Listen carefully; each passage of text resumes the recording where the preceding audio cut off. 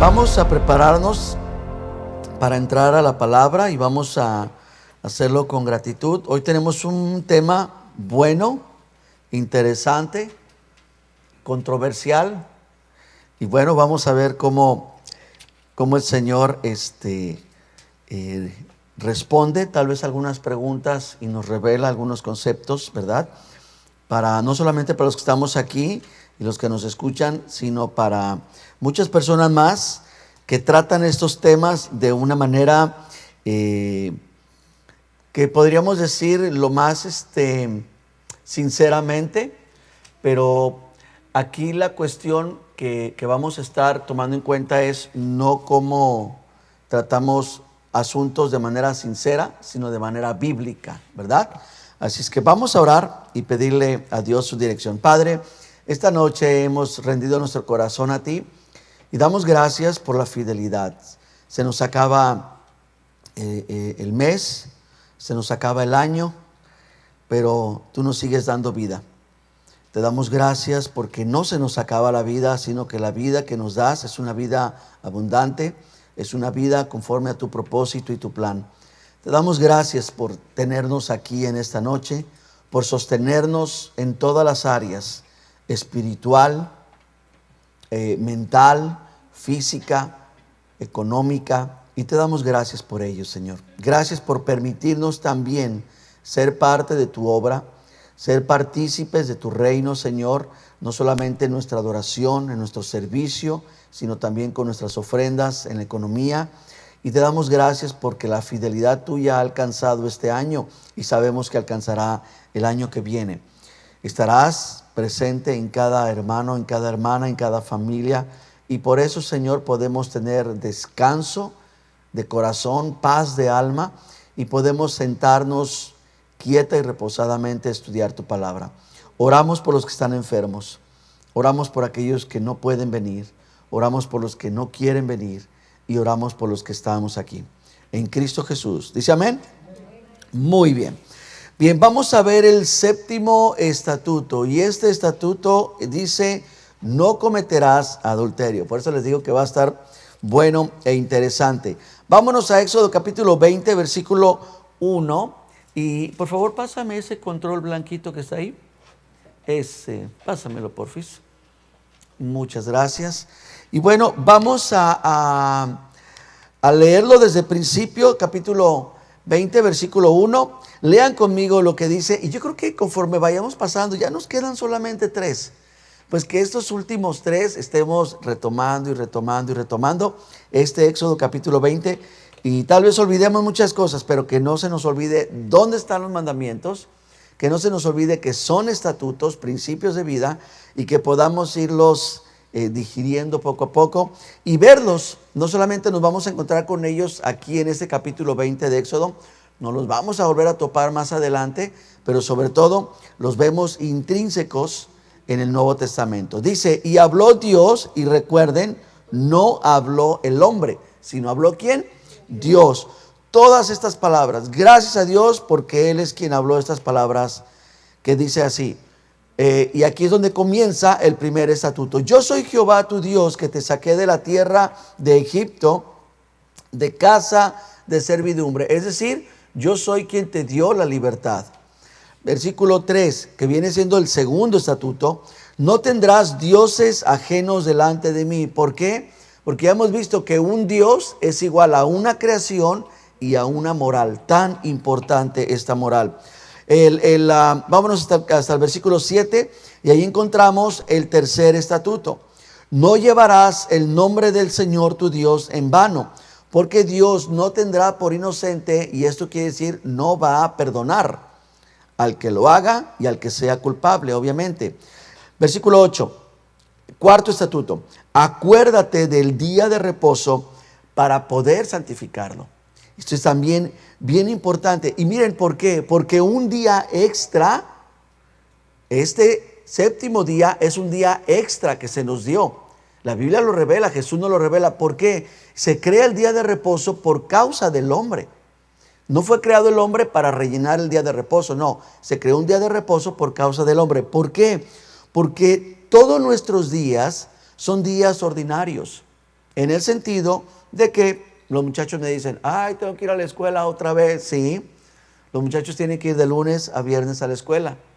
Tenemos que trabajar nosotros de lunes, algunos hasta el viernes, otros hasta el sábado, pero el día de reposo, que para nosotros se ha convertido en el día domingo, es un día que sale del ordinario, por lo tanto se convierte en un día extraordinario. ¿Por qué es un día extraordinario? Porque ese día lo dedicamos al ser más extraordinario que hay sobre todos nosotros, que está por encima de la creación. Por eso, ahora vámonos hasta el versículo 12. Este es el quinto estatuto. Honra a tu padre y honra a tu madre para que tus días sean largos en la tierra que el Señor tu Dios te da. ¿Y por qué? Porque ya lo vimos, una sociedad que enseña a sus hijos a honrar a sus padres es una sociedad que va a vivir largamente. Y vimos tres cosas. Como hijos necesitamos honrar a nuestros padres. Número 2, vimos que revela la autoridad moral superior a la que estamos sujetos. Y en tercer lugar, destruye la religiosidad, también el totalitarismo, también impide la divinización del hombre y también impide la humanización de Dios, ¿verdad? Y vengan conmigo al versículo 13, dice, ese sería el sexto estatuto, no matarás. ¿Es correcto? ¿O ya vimos qué realmente dice el original? ¿No qué? No asesinarás. ¿Qué es asesinar? Tomar una vida humana ilegal e inmoralmente bajo la alevosía, que es lo que vimos también, que es una traición con la certeza de hacerle mal a alguien. Y vimos que dentro de no asesinarás encontramos el asesinato, el suicidio, el parricidio, el matricidio, el genocidio, el magnicidio y también la inmolación, ¿verdad?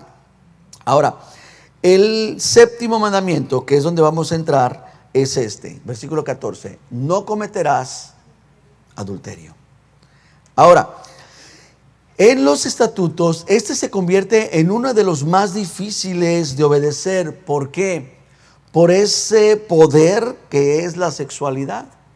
Y si a eso combinamos que a nuestros ojos nos gusta deleitarnos, y cuando vemos algo que nos deleita, tendemos a desearlo y entonces procuramos agarrarlo, es donde se convierte fuertemente en un obstáculo para poder obedecer el mandamiento. También por lo que es difícil este mandamiento es porque somos personas creadas con el factor del enamoramiento. Somos enamorados y enamoradores por naturaleza. Entonces esto también dificulta guardar el mandamiento, y más cuando ya hay un matrimonio, y si en ese matrimonio no hay amor, si en ese matrimonio no hay respeto, pues entonces el asunto se agrava más y el adulterio está asegurado, ¿verdad? Ahora, ¿por qué se incluye la prohibición en los mandamientos del adulterio? ¿Por qué? Porque es indispensable. Recuerden el contexto. Dios acaba de sacar a un pueblo que era esclavo, y la mira de Dios, ¿cuál es? ¿Qué quiere hacer Dios con ese montón de esclavos? ¿Qué quiere hacer? Exacto. ¿Y qué quiere hacer con ellos una vez que estén adentro? ¿Qué quiere formar en ellos? Una nación. Quiere formar una sociedad. Cuando vemos este contexto nos ayuda bastante. Entonces, ¿por qué Dios prohíbe el adulterio en ese nuevo lugar?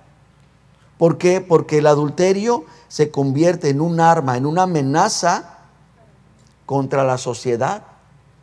Para que una sociedad esté sana, para que una civilización esté sana, es indispensable este mandamiento para que pueda mantenerse de esa manera. ¿Por qué? Porque el adulterio se convierte en un arma muy poderosa contra la materia prima de la sociedad. ¿Cuál es la materia prima en una sociedad? La familia, ¿verdad? Cuando ustedes mujeres, o también el hombre va a cocinar y pone todas sus cosas allí, las prepara, todos los ingredientes, y si le falta un ingrediente y está a media cocinada, se le puede echar a perder el asunto, ¿sí o no? Entonces, Dios está viendo a la familia como el núcleo de la sociedad y dice, vamos a cuidar los ingredientes, esta es mi materia prima. Y si ustedes vienen y me le echan a perder ahí con sus condimentos, vamos a echar a perder el caldo. Entonces, necesitamos entender, la familia se compone de lo siguiente. Una familia estándar, una familia creada por Dios, se convierte, óiganlo bien, no se convierte en el esposo, o sea, no se compone de un esposo y una esposa. Síganme aquí bien, por favor. Un esposo y una esposa lo que forman es un matrimonio, pero una familia se convierte en cuando estas dos personas cambian de rol. Se convierte el esposo, ¿en qué se convierte? En papá. La esposa se convierte en mamá por causa de que tienen un hijo. Entonces la familia se compone de un papá, una mamá e hijos. No se convierte de un papá, o más bien no se compone de un papá, otro papá y los hijos. No se compone de una mamá, otra mamá, no. La familia bíblica se compone de un padre, una madre y los hijos. Y todo lo que amenace a la familia bíblica está prohibido por la Biblia y se constituye en enemigo de Dios. ¿De acuerdo? Ahora, ¿por qué la familia, que es la materia prima, hemos dicho, es tan importante? Porque si la familia no es una familia sana, no es una familia estable, no se puede formar una sociedad sana ni una sociedad estable. ¿Por qué? Les voy a explicar el por qué. Porque el esposo y la esposa tienen un papel importante. Ahora, claro que constituyen una familia, pero una de las características de la familia es que tienen descendencia. Esa es una de las características que persigue la familia, de acuerdo al diseño de Dios. Y una de las cosas que va a suceder con la familia es la transferencia. Y esto es vital. ¿Por qué hablas español? A ver, ¿has pensado por qué hablas español? Parece tonta la pregunta, tal vez, o muy simple. Hablas español no porque tus vecinos, no porque tu país, no. Hablas español porque tus padres hablan español. Hubo una transferencia. Y la transferencia es algo muy importante para Dios. No sé si para ti, no sé si para la sociedad, pero para Dios sí. Tan importante que Él menciona puntos como yo soy Jehová tu Dios, que visito, ¿verdad? Que recompenso, que bendigo a la familia y a los hijos y los hijos de sus hijos. Porque hay un poder en la transferencia que es enorme. Esto lo que harás con las leyes, las recitarás a tus hijos y a los hijos de tus hijos, y esto será de generación en generación. Entonces, si una familia está siendo amenazada por el adulterio, estamos en peligro de romper este asunto que es muy importante, que es la transferencia. ¿De qué? De todo. De valores, de fe, ¿verdad? Y obviamente la preservación de la raza humana, etcétera. La preservación de la sociedad. Nosotros vamos a ver esto un poquito más cuando estemos platicando con nuestros jóvenes en las siguientes semanas. Pero yo quiero que observen una cosa. ¿Cómo le hago? Ok, aquí tengo a un papá y acá tengo una mamá. Ok. Y este es el bebé, ¿verdad? Pero el bebé está en la panza de mamá. Entonces, a ellos se les ocurre decir, bueno, ahorita es tiempo de comprar casa, de un carro, y un bebé nos va a quitar un problema, nos va a hacer un problema. Mejor hagamos una cosa. Para que no perdamos el proyecto de la casa, del carro, quitemos al bebé de en medio. Lo que se conoce como aborto. Ahora, esto es terrible, hermanos, porque hay cristianos que sí creen en el aborto. La pregunta que deberían de hacerse cada uno de nosotros como cristianos es esta. ¿Y Dios cree en el aborto? ¿Qué clase de Dios tenemos? Pro-choice, que le llaman, o pro-life, ¿verdad? Necesitamos ver eso. Y es que miren, el asunto es este, ¿qué es lo que digo? Esto es lo que vamos a ver más adelante. Es que tú estás acortando esta vida. El problema es este. El problema es que tú no sabes qué vidas dependen de esta vida. En una ocasión mis hijos estaban chiquillos y hablábamos del tema de que, y si yo hubiera nacido con tal familia, yo tendría las cosas que tiene esa familia.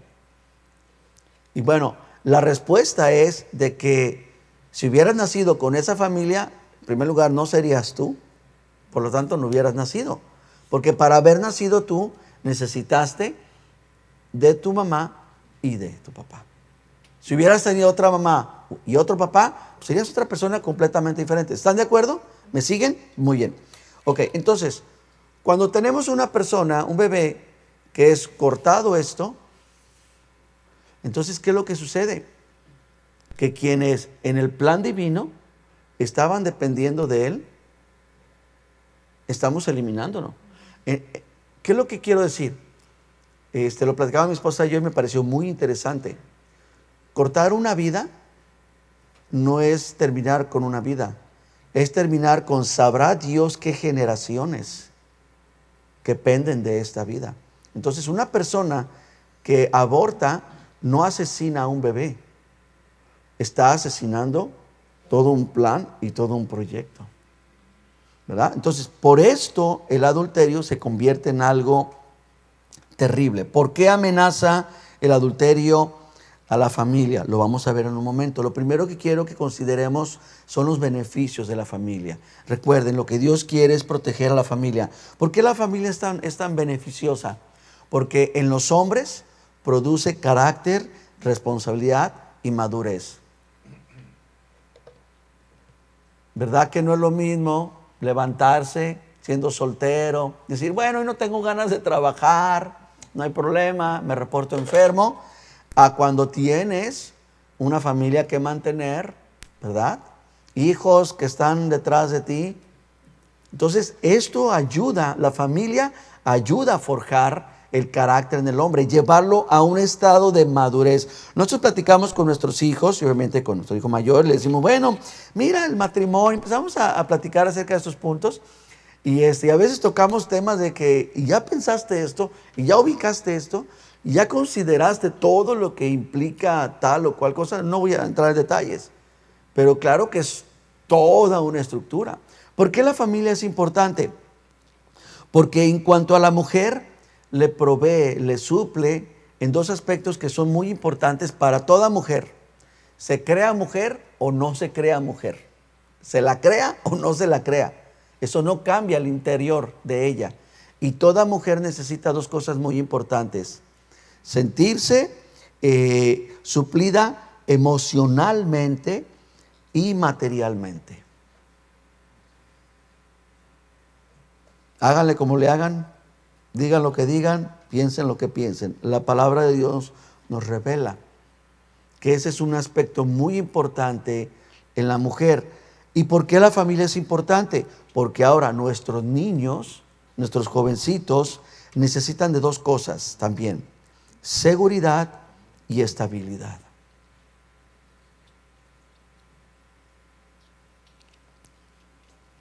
¿Por qué el adulterio es una amenaza a la familia? Por esto, vamos a ver varios puntos. Porque el sexo extramarital, es decir, fuera del matrimonio, va a provocar casi seguramente que uno o los dos abandonen el matrimonio. El adulterio tiene ese poder.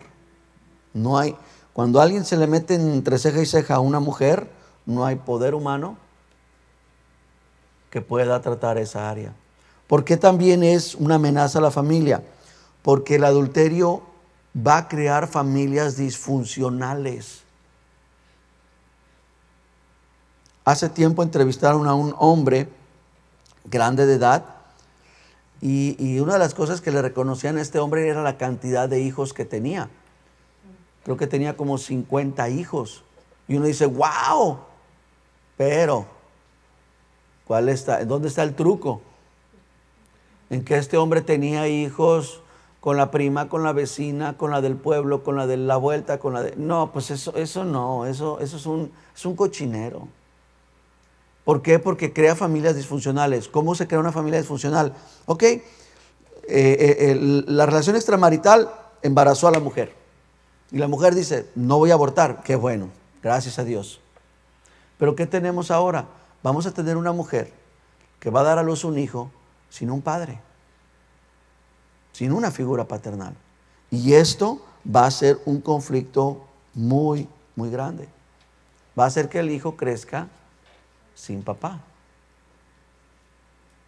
¿Y es malo? Claro que es malo.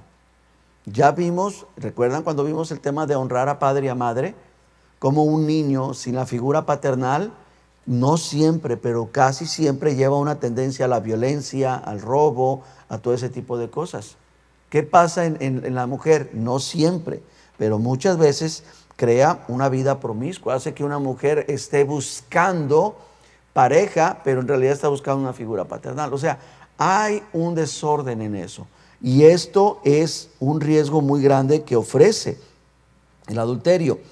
El problema también del adulterio es que si no destruye la familia, sí la llega a dañar, sí la llega a lastimar fuertemente. Y nunca en ninguna Biblia, en ninguna traducción, en ninguna de las veces que menciona el estatuto, no adulterarás, en ninguna de ellas pone asterisco. Yo las he revisado y no hay ningún asterisco en alguna que diga, no adulterarás a menos que tu pareja te dé chance. Gracias a Dios no lo hay. ¿Sabían ustedes? Y yo le platicaba esto a mi esposa, me quedé sorprendido. Hay ahorita lo que se llama parejas swinger. ¿Qué es este tipo de pareja? Es el tipo de mentalidad matrimonial en el que visitan lugares especiales, diseñados especialmente para que haya fiesta, para que haya convivios, pero también para que haya intercambio de parejas, desde caricias hasta el acto mismo sexual. Y esto es pues para vivir más plenamente. Dios no lo diseñó así. Dios no lo creó así. El sexo con otra persona bajo el consentimiento de la pareja es algo terrible. Y lamentablemente, ahora, necesitaríamos estudiar muchas cosas culturalmente, pero aún así no justifica. Uno de los más terribles actos que encontramos en la Biblia es ver a Sara diciéndole a Abraham, acuéstate con la mujer y embarázala. Es una de las cosas más terribles que vamos a encontrar en la Biblia. Algunos historiadores y teólogos, a mí eso no me consta, no soy ninguna de esas dos cosas, ellos dicen que según investigaciones, cuando se daba ese tipo de acto, porque era una sierva, la mujer, y no era considerada al 100% una persona, le disminuía su humanidad por ser una esclava. Pero algunos historiadores, y eso se me hace tantito peor, digo, si eso hicieron, claro que lo hicieron, ¿verdad? Terrible. Pero si, según estos historiadores, que esa era la manera cultural para poder no calificarlo como un adulterio, era peor. El acto sexual tenía que constar donde tenía que estar la mujer, abajo de la mujer, para que el hombre estuviera con ambas. Eso es algo terrible. No lo sabemos, la Biblia no nos lo va a describir, nunca nos vamos a enterar y qué bueno, ¿verdad? No necesitamos. Pero la segunda parte que tenía que ver con eso, que tenía que conllevar eso, era que a la hora de dar a luz estuviera también la ama, la esposa, ¿verdad? Junto con la sierva, pariendo juntas, para que figurara que está saliendo de la mujer. Nada justifica esta serie de circunstancias que se dieron, que fueron terribles y que vemos que costaron bastante. Abraham existió 2000 años antes de Cristo. O sea, sé que ¿cuánto hace de Abraham? 4000 y cacho de años. Todavía se siguen viviendo las consecuencias de esa situación. Y esas no van a terminar hasta que el Señor venga y ponga todo eso. Es bien importante ver la repercusión que hace. Si esta situación de Abraham repercute hasta ahorita, ¿cómo no va a repercutir al quitar una vida, verdad? Que no sabes lo que va a traer esa vida. No sabes los planes que Dios tiene, los propósitos que Dios ha trazado para que esta vida única, con la genética única que no se va a repetir, va a poder trascender más allá. Cuando tú y yo, cuando el mundo hace eso, acortar esta vida, es un acto terrible y va a ser juzgado, va a ser demandado por Dios, ¿verdad? Bien, ahora, este punto también de no adulterar está protegiendo no solamente a la familia, pero protege también al matrimonio. Cuando situaciones así se dan, se ha encontrado, está bíblicamente y está también ministerialmente, en consejería, todo eso, está comprobado que esa situación impacta emocionalmente, pero también espiritualmente. Es un asunto terrible. Y bueno, estamos viviendo, y sobre todo nuestros hijos les va a tocar lidiar más todavía con esto. Entre los años 90 para acá, se ha dado un índice de divorcios, no solamente a nivel mundial, sino a nivel cristiano. Terrible, ha crecido muchísimo. Y bueno, hay circunstancias que se tienen que analizar una por una. Y ahorita vamos a entrar de lleno a la palabra. Y vamos a ver cómo hay circunstancias que hay que estar analizando paso a paso, una a una. Pero hay otras circunstancias que no justifican y que tampoco debe de caber eso dentro de la iglesia cristiana, ¿verdad? Muchos matrimonios tienen problemas, muchos matrimonios concluyen, ¿verdad? Y no nos toca a nosotros juzgarlos. ¿Por qué? Porque no sabemos lo que se vivió en el trasfondo, lo que se vivió internamente. Y voy a poner un ejemplo, ¿de acuerdo? La Biblia habla de varios asuntos al respecto, pero quiero enfocarme en uno. Vengan conmigo a Juan 8. Tenemos el caso de Jesús y la mujer adúltera. Ahora, vamos a ver uno de los actos de misericordia más grandes, ¿verdad? Que han habido, que han existido y que la Biblia nos muestra. Pero también vamos a ver el por qué Jesús actúa en este acto de misericordia por causa de los involucrados. Lean conmigo el versículo 2. Y por la mañana volvió Jesús, ¿a dónde? Díganme ustedes a dónde volvió. Al templo. ¿En dónde está Jesús? En el templo. Y todo el pueblo vino a él. Y sentado él les enseñaba. Entonces, fíjese quiénes vienen. Vienen escribas y vienen fariseos.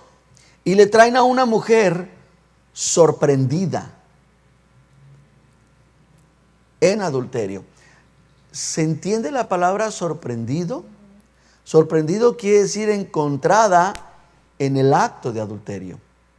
Es decir, la agarraron, vamos a utilizar este término, en la cama con otro hombre. ¿De acuerdo? Bien. Versículo 3. Entonces los escribas y los fariseos le trajeron a una mujer sorprendida en adulterio y poniéndola en medio. ¿A qué se refiere con en medio? Yo los quiero llevar a ustedes a que en su imaginación, en su mente, visualicen el cuadro. ¿En dónde está Jesús? En el templo. Cuando dice que está en el templo, no está dentro del templo. El templo ubicaba toda la construcción que hizo Herodes. Habían patios exteriores, patios internos, estaba el atrio donde se llevaban los sacrificios y ya comenzaba lo demás. Dice la escritura que estaban en el templo, no estaban dentro del templo. Muchas gracias, ¿verdad? A ver, déjenme lo pongo aquí para que lo pueda captar. Ok, tenemos el patio exterior. El patio exterior rodea todo esto. Ese es el patio interior y ya después tenemos el atrio. Y esta cosita que ven ustedes aquí es donde se llevaban los sacrificios. Los sacerdotes y levitas están aquí trabajando duramente. Y acá es donde se llevaban muchas cosas, entre ellos las enseñanzas. ¿Ok? Bien, Jesús está en el patio, pero está en el templo. Entonces dice que traen a una mujer y la ponen en medio. ¿En medio de quién? En medio de Jesús, en medio de su clase y en medio de su gente. ¿De acuerdo? Es como si Jesús estuviera compartiendo la predicación en esta noche, este lugar estuviera lleno y tocan a la puerta y abrimos y se meten y nos ponen aquí en medio a una mujer, si bien le fue con una cobija. Si alcanzó a agarrar la cobija mientras la llevaban de los cabellos, bueno, aquí está tirada. A eso se está refiriendo.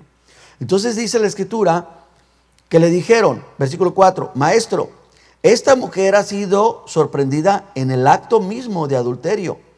Y en la ley nos mandó Moisés a apedrear a tales mujeres. Mentira.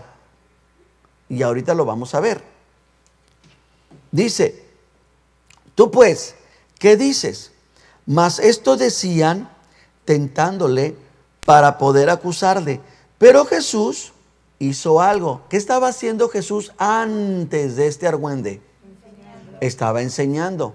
Cuando ellos vienen a él, él hizo algo. Se inclinó y empezó a escribir en la tierra. ¿Ok? En el suelo escribía en tierra con el dedo. Versículo 7. Como insistieran en preguntarle, es decir, vuelven a traer el caso, entonces se endereza, se levanta, en otras palabras, y les dijo, el que de ustedes esté sin pecado, sea el primero en arrojar la piedra contra ella. Y se vuelve a inclinar al suelo y siguió escribiendo en tierra.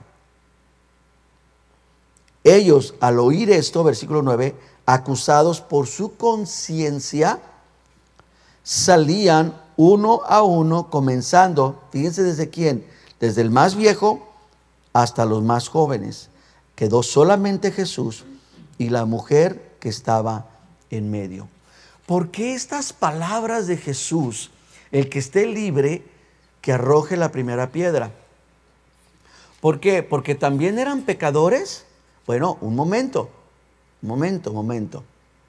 Cuando se dio la ley de las penas capitales, recuerda una de las penas capitales, si el hijo contumaz y rebelde, cabezón, no se alinea, no se pone, ya papá y mamá lo llevarán delante de los jueces y papá y mamá estarán de acuerdo en el testimonio y decir, nuestro hijo es borracho, es flojo, es esto y es esto otro, no nos quiere obedecer, lo traemos aquí porque la ley lo dice.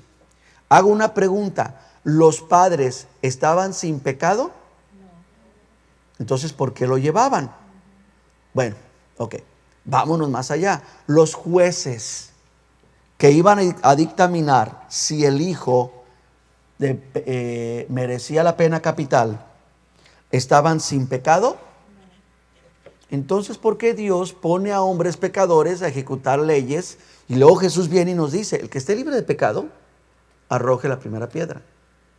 ¿No les parece o interesante o contradictorio o raro?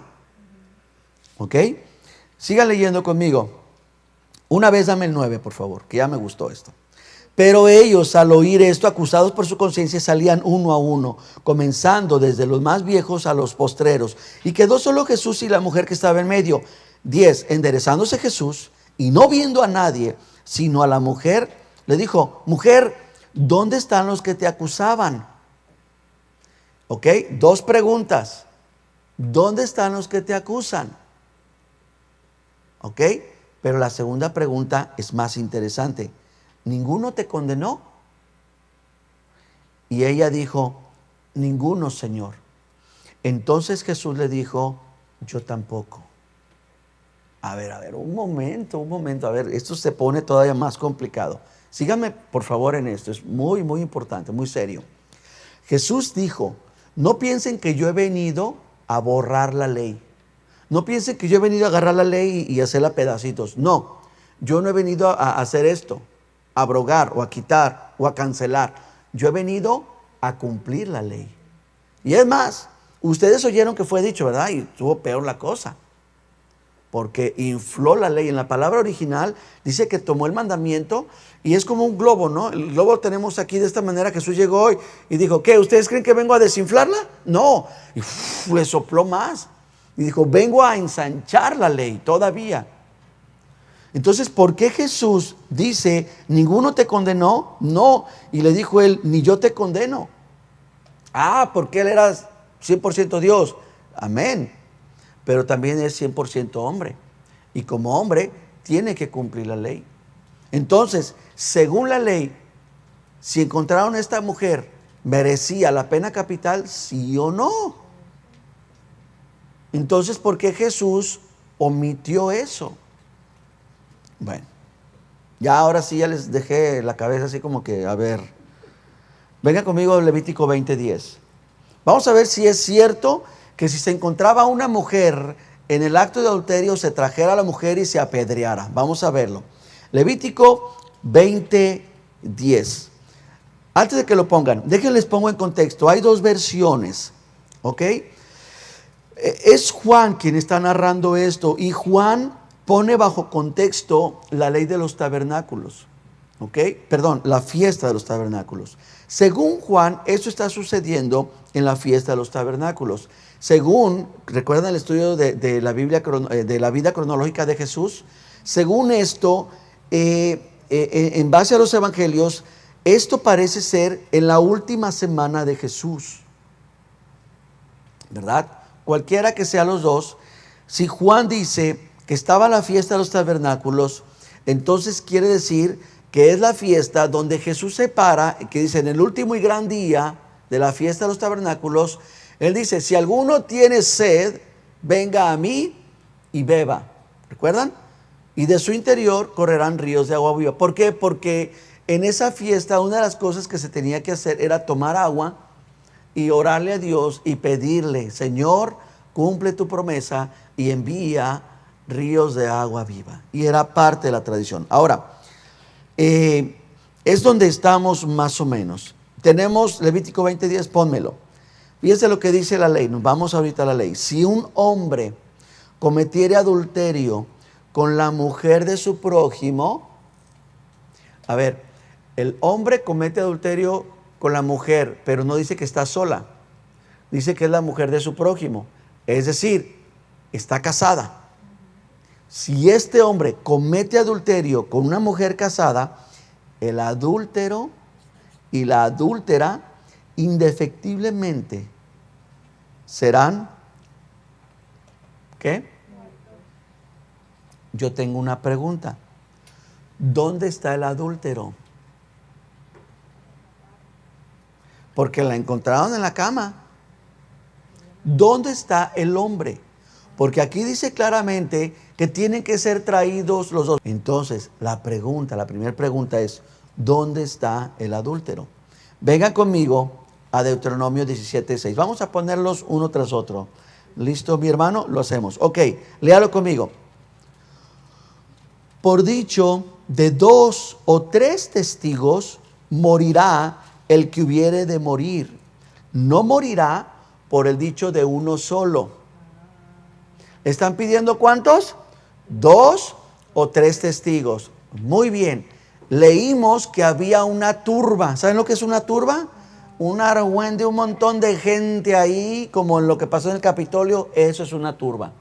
Llegó un montón de personas diciendo, a ver, es más, algunos ni sabían qué estaba pasando, pero ahí estaban en el argüende. Ok, ¿dónde están los testigos? Tenemos una turba, tenemos una adúltera, pero no tenemos a un adúltero. Ahora, tenemos la turba, pero ¿dónde están los testigos? Es más, ¿dónde está el esposo? ¿Me están siguiendo? Ok. Dame por favor, creo que 2 de Pedro 2:7. ¿A dónde? Bueno, ¿en dónde estaba Jesús? Muy bien. ¿Y a dónde fueron estas personas? Al templo. Ok. Miren lo que dice Pedro. Yo les voy a mostrar cómo se aplicaban los juicios y dónde se aplicaban. Ok. Los juicios se aplicaban en las puertas de la ciudad. Vean conmigo, leanlo, 2 de Pedro 2:7. ¿Sí? ¿Es correcto? Sí. Dice, y libró al justo Lot. ¿Recuerdan quién era Lot? ¿Ok? Abrumado por la nefanda conducta de los malvados. Miren el 8. porque este justo que moraba entre ellos, hablando que moraba en Sodoma, miren lo que dice, que moraba entre ellos, afligía cada día su alma, fíjense cómo, viendo y oyendo los hechos inicuos de ellos. A ver, pareciera que Lot era bien chismoso. Y que Lot andaba metido en todos los argüendes, a menos que cuando dice que abrumado por la conducta de ellos, porque dice que moraba entre ellos, afligía cada día su alma viendo y oyendo los hechos inicuos de ellos. Vamos a encontrarle más luz a esto. Vengan conmigo a 2 de Samuel 15:2. Los voy a llevar al momento en que David, el rey, tiene hijos y uno de ellos, llamado Absalón, había sido exiliado por causa de asesinato, pero después se le dio la oportunidad de volver. Y miren lo que hacía Absalón. Y se levantaba Absalón de mañana y se ponía a un lado del camino. ¿De cuál camino? Del de la entrada a la ciudad. Y se ponía junto a la puerta. ¿Lo están leyendo conmigo? ¿Sí? Junto a la puerta, y cualquiera que tenía pleito y venía al rey a juicio, ¿a dónde iba quien tenía un pleito? ¿A dónde se dirigían? Al rey. Ok, pero antes de llegar al palacio, antes de llegar al rey, se encontraban con alguien allí. ¿En dónde se encontraban con él? En el camino a la puerta de la entrada de la ciudad. Era un príncipe y le decía, ahí dice, léalo conmigo, y cualquiera que tenía pleito y venía al rey a juicio, Absalón lo llamaba y le decía, ¿de qué ciudad eres? Y él respondía, tu siervo es de una de las tales tribus de Israel. Y Absalón se ponía a emitir juicio, ¿en dónde? En un lugar establecido, a las puertas de la ciudad, en el camino. Vengan conmigo a Job, para que ustedes vean qué tan antiguo es esta práctica. Estamos hablando de Job, ¿ok? Algunos lo ubican antes de Abraham y otros por ahí con Abraham, pero bueno. Versículo 7, capítulo 29. Y cuando yo salía, hablando Job, es Job hablando, cuando yo salía a la puerta, ¿a qué? A juicio. Y en la plaza hacía preparar mi asiento, los jóvenes me veían y se escondían, le tenían temor. Y los ancianos se levantaban, le tenían respeto y estaban de pie. Y los príncipes detenían sus palabras y ponían la mano sobre su boca. Muy bien. ¿Por qué estamos viendo estos textos bíblicos? Porque la turba, ¿a dónde se dirigió? Al templo. ¿Dónde se emitían los juicios? ¿En el templo? ¿A las puertas del templo? ¿En el patio del templo? ¿Por qué llevan un juicio que pertenece en un lugar al templo? Porque ellos no estaban buscando cumplir con la ley de Moisés. Ellos estaban buscando encontrar a Jesús en una falta. ¿Ok? Bien. Por eso el resultado que Jesús está diciendo es, a ver, vamos a ponernos de acuerdo. Él utiliza esta palabra, el que esté libre de pecado, arroje la primera piedra. Es decir, si ustedes no cometieron ninguna falta en el juicio, porque ellos conocen la palabra y si algo dice es justicia y juicio es tu palabra. El Señor ama justicia y juicio. Para llevar un juicio, ¿qué se ocupa? Justicia. A ver, díganlo conmigo. Para el juicio se ocupa justicia. Porque sin justicia el juicio falla. Entonces tenemos una turba sin testigos. Tenemos una adúltera sin el adúltero. Tenemos un juicio en el templo donde no debe de ser allí. Entonces, por eso Jesús, al dirigirse a ellos, les dice, el que esté libre, el que esté sin culpa por las faltas que cometieron en este juicio mal hecho, en este juicio sin justicia, empiecen a ustedes. ¿Era porque era una bola de pecadores? No, porque ya les repetí, los jueces que emitían juicio eran pecadores, cometían faltas. Los padres que llevaban a los hijos también cometían faltas. Entonces, ¿qué es lo que estamos viendo aquí? Una mala aplicación del juicio. Ahora, ¿por qué estamos viendo esto? Porque es muy difícil que tú puedas calificar un divorcio o un adulterio sin los principios bíblicos, pero también sin el contexto de ella, de él o de los dos. Amén. Ok, vengan conmigo a Lucas 18:9.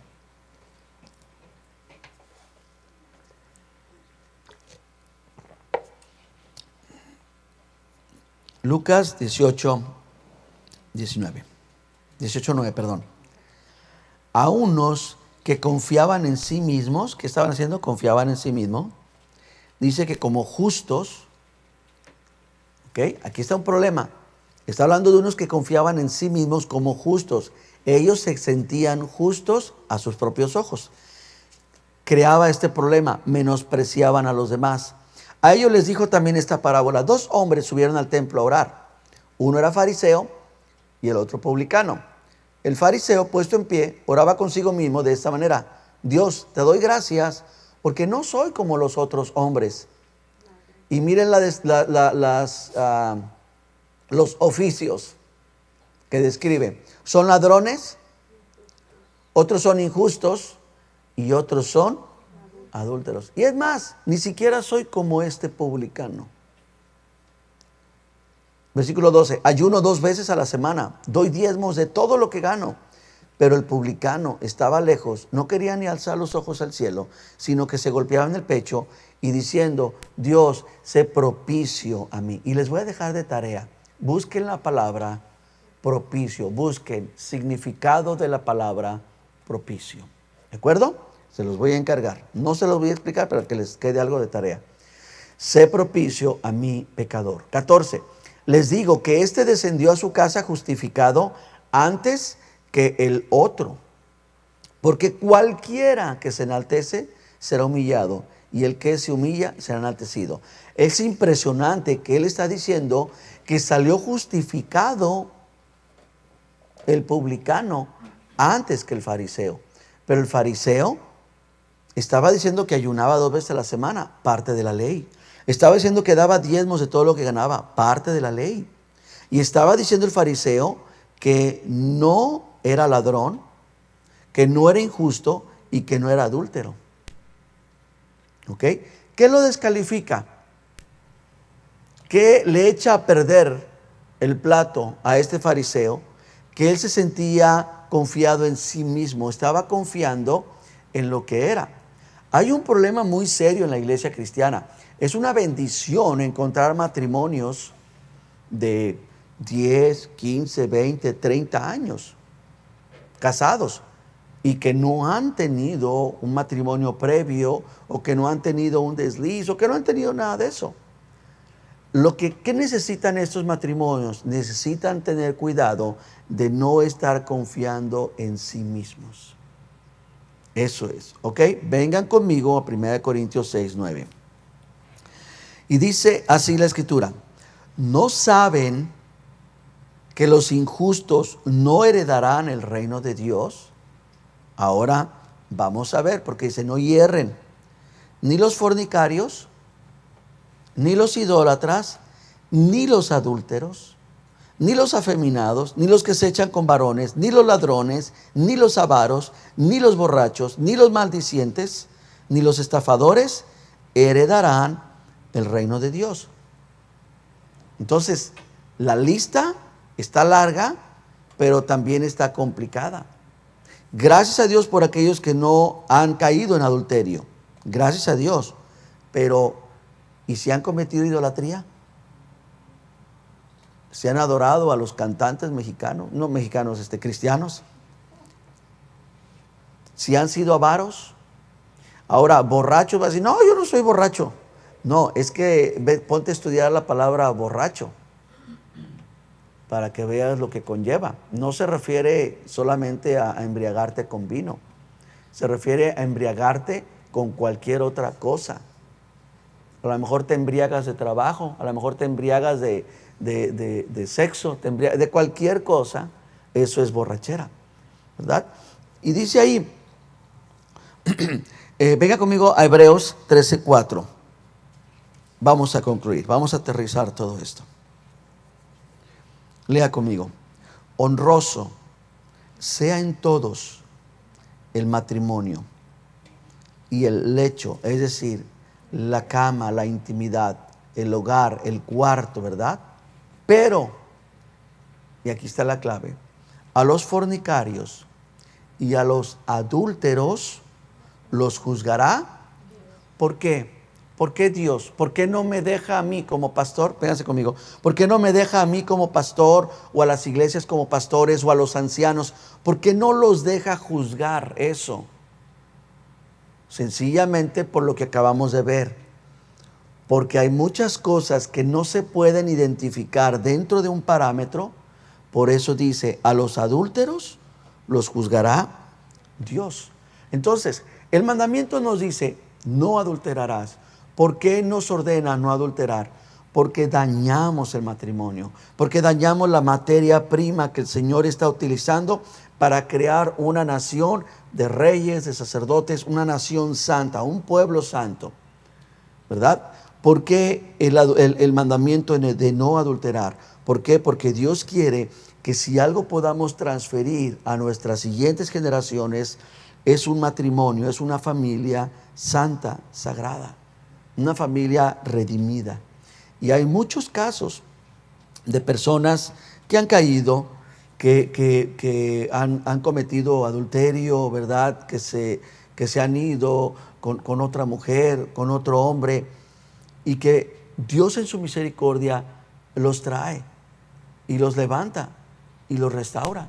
Como a esta mujer que le dice, ¿dónde están los que te condenan? No hay. Y Jesús ahora sí, como Dios, porque recuerden que en una ocasión a un paralítico le dijo, hijo mío, tus pecados te son perdonados. Y los fariseos dijeron, ¿quién puede perdonar pecados sino solo Dios?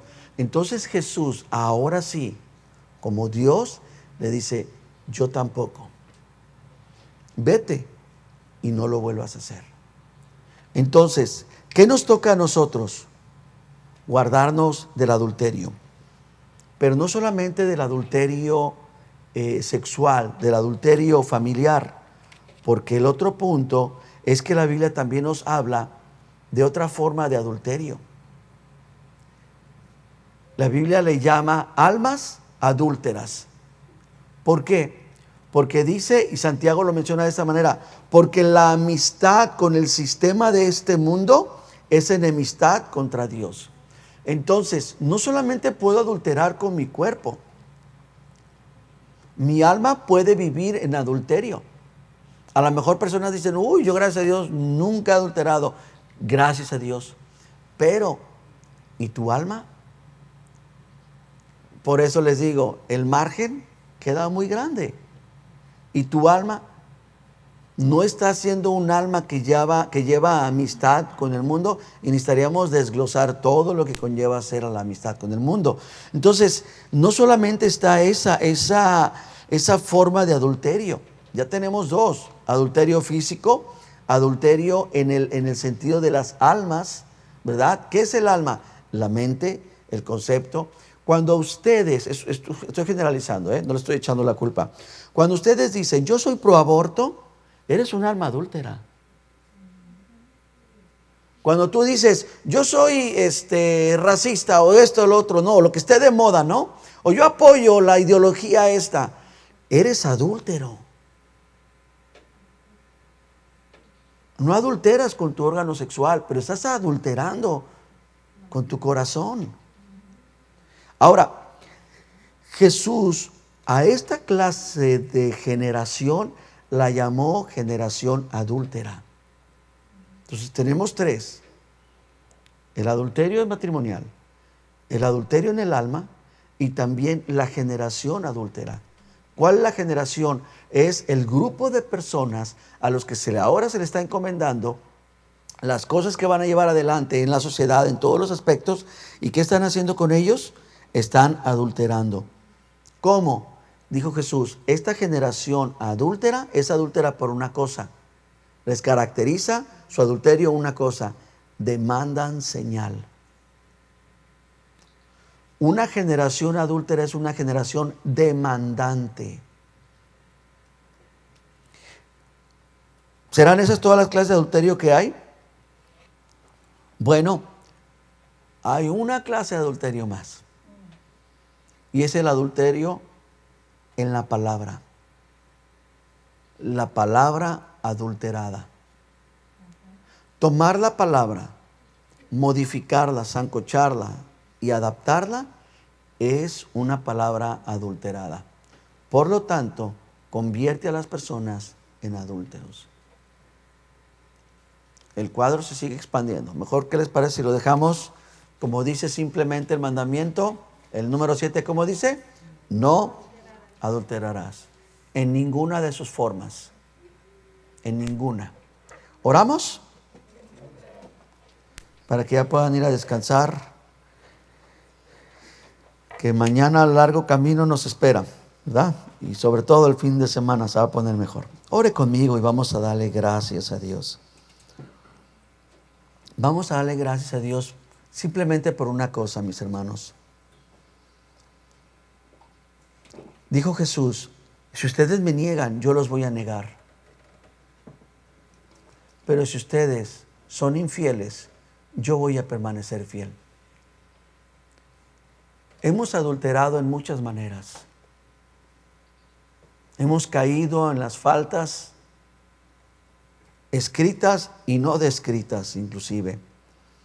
Pero gracias a Dios porque nuestro Dios permanece fiel. Y en su fidelidad levanta al caído, en su fidelidad restaura y en su fidelidad le dice a todos y cada uno de los que caen, levántate, pero ya no peques más. Padre, te damos gracias. Muchas gracias, Señor, porque estos mandamientos son vida y son paz. Oramos por cada matrimonio, oramos por cada familia, oramos por nuestros hijos, por quienes un día formarán un matrimonio y por consecuencia una familia. Oramos, Señor, que ellos puedan llevar nuestros valores, puedan aprender de nuestro ejemplo, pero también puedan aprender de nuestras faltas. Y que ellos se puedan convertir en una generación que herede no solamente la palabra, sino que herede el compromiso de ser mejores que la generación previa. Oramos, Señor, por aquellos matrimonios que están en problemas. Oramos por aquellos matrimonios que han sido lastimados. Oramos por aquellos hijos e hijas que han crecido sin padre. Oramos, Señor, que tú, siendo un Dios misericordioso, sin dejar de ser justo, aplicas justicia, aplicas verdad, pero con el fin, con el objetivo, no de exhibir como estos fariseos, no de matar como esta turba, sino con el fin de restaurar, de traer vida. Oramos por aquellos, Señor, que están considerando destruir su matrimonio. Oramos por aquellos, Señor, que están a un paso de irse con otra persona. Sobre todo oramos por aquellos hombres y mujeres que son cristianos. Pedimos que la luz de tu palabra, pedimos que el Espíritu de Dios redarguya sus vidas y los haga volver. Pero también pedimos por aquellos que han caído, que han ido más allá. Pedimos, Señor, por perdón de pecados. Pedimos por restauración. Pedimos, Señor, para que tú puedas levantarles. Y nosotros, como tus hijos, como consiervos, como hermanos, recordemos que a los fornicarios y a los adúlteros los juzgarás tú. Oramos, Señor, por cada familia.